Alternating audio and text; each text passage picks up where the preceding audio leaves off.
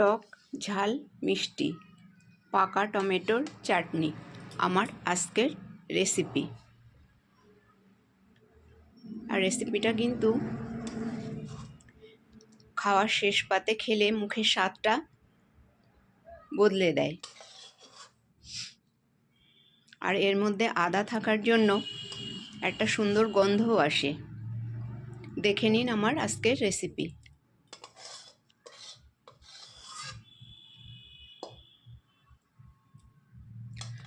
নমস্কার বন্ধুরা, আজকের এই রেসিপিটা বানানোর জন্য আমি এখানে নিয়ে নিয়েছি 8টা পাকা টমেটো। আর সব উপকরণগুলোকে আমি ভালোভাবে ধুয়ে নিয়েছি। এই উপকরণের মধ্যে আছে 1 ইঞ্চি আদা, 4টে কাঁচা লঙ্কা, একটু পুদিনা পাতা আর একটু ধনে পাতা।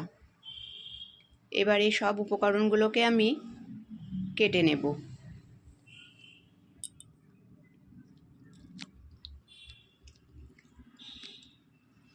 এখানে আমি টমেটোটাকে এরকমভাবে পিস করে নিয়েছি। আর টমেটোর ভিতরে যে বীজগুলো ছিল, বীজগুলো আমি সব বাদ দিয়ে দিয়েছি।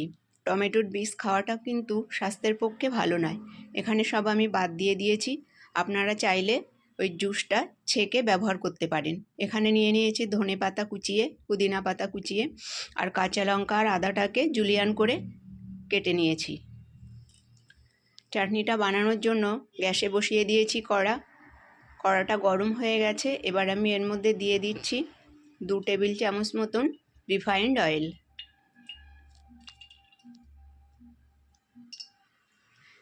তেলটা গরম হয়ে গেছে। এবার আমি এর মধ্যে দিয়ে দিচ্ছি 5 ফোড়ন আর 2 পিস তেজপাতা। এবার আমি এর মধ্যে দিয়ে দিচ্ছি জুলিয়ান করে কেটে নেওয়া আদা।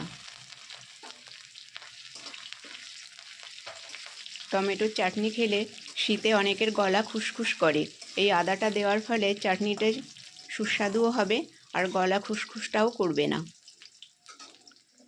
এটাকে একটু ভেজে নিয়ে এবার আমি এর মধ্যে দিয়ে দেব কুচিয়ে রাখা টমেটোটাকে দিয়ে আমি একটু নাড়াচাড়া করে নেব। কিছু সময় নাড়াচাড়া করার পর এবার আমি এর মধ্যে দিয়ে দেব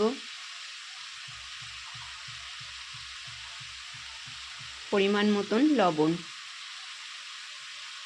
এখানে আমি 4 চামচের হাফ চামচ লবণ দিয়ে দিয়েছি। এবার দিয়ে দেব পরিমাণ মতন হলুদ, হাফ চামচেরও কম হলুদ আমি এখানে দিয়ে দিয়েছি। নুন দেওয়ার ফলে টমেটোটা আমার তাড়াতাড়ি নরম হয়ে আসবে। আর গ্যাসের ফ্লেমটাকে আমি মিডিয়াম করে রেখেছি। এবার এগুলোকে একটু নেড়ে দিলাম। এবার আমি এর মধ্যে দিয়ে দিচ্ছি কাঁচা লঙ্কা।